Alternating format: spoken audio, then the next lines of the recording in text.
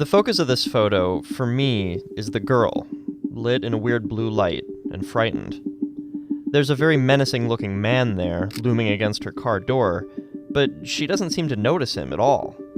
So what's she staring at? And what's she so scared of? This photo was taken in Istanbul, Turkey, on one of many nights of the Taksim Square protests back in June of 2013. And it was taken by this guy. Hi, my name is Seamus Travers. I'm a professional photographer based out of Dublin, Ireland. He was in Turkey to shoot a wedding, but traveled to Istanbul to cover the Taksim Square protests, which were some of the largest in recent Turkish history. When I first landed in Istanbul, the first thing I did was met up with some friends of mine, and then we went straight away down to Taksim Square. As soon as I arrived at Taksim Square, there was massive amounts and crowds of people protesting.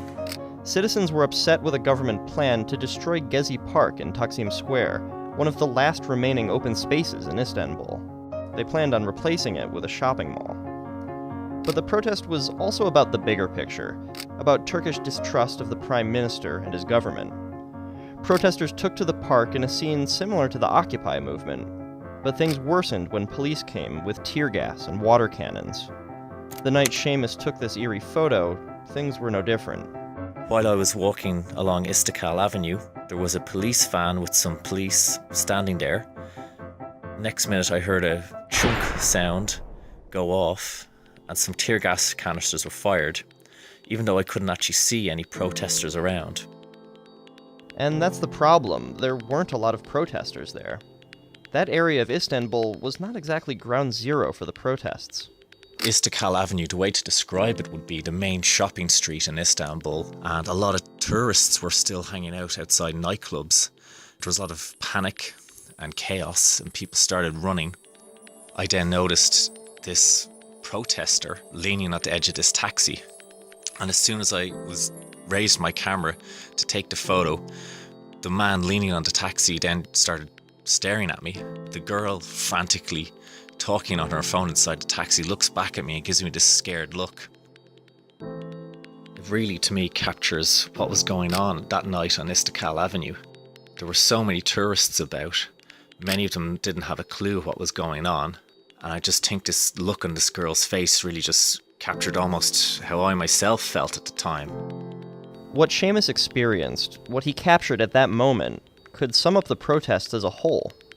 Turkish citizens were tired of being mistreated by their government, mistreatment that was now turning violent at the hands of the police. By the time the protests were over, 8 people were dead and 8,000 were injured. But many felt the protests were successful, that it brought Turkish citizens together to create a community, and Seamus was glad that he was there to experience it. It's an incredible time in that country's history. It really is at a crossroads. But I find with this photo, it really captured an absurd moment in a very serious situation.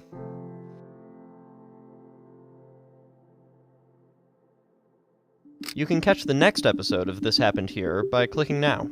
This next video travels to Morocco to uncover how this man's livelihood depends on these strange pools.